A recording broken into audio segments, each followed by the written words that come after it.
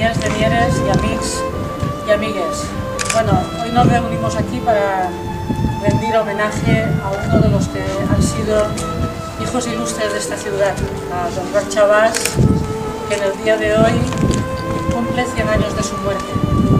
Roc Chabás nació en Denia en 1844 y hizo sus estudios eclesiásticos y allí sobre todo realizó todos sus estudios viendo de la misma a la ciudad de Denia, el bonitísimo archivo con que contaba esta catedral.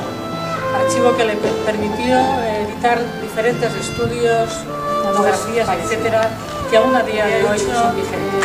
Hoy estamos aquí para rendirle este homenaje que creemos que todos los leoneses le tenemos como referencia en nuestra ciudad y que en otras ocasiones ya ha contado con diferentes homenajes en la misma. Los leoneses nunca hemos sido extraños a conservar y a homenajear la memoria de Roc Chabás. Ya en el 1994, con motivo de su 150 aniversario de nacimiento, ya se hicieron una serie de actos y se reeditaron parte de su obra.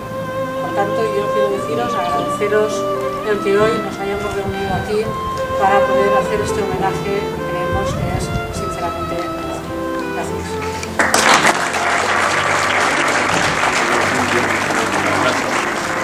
No podía venir porque tenía, digamos, compromisos anteriores. Dice que, bueno, que también efectivamente las gracias.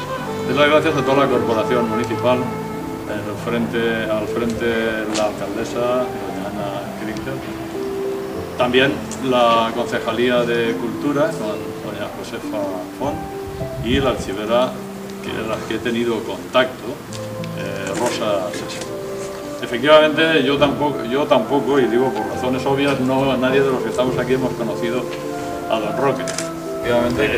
Sin embargo, yo he mantenido siempre una relación muy grande con Denia, digamos, por sentida a un familiar lejano, pero al fin y al cabo un familiar al que nos ha servido en Roc muchas Chabás ocasiones historiador, canonge, arxiver, arqueòleg, editor, un seguit de substantius per a definir una gran personalitat.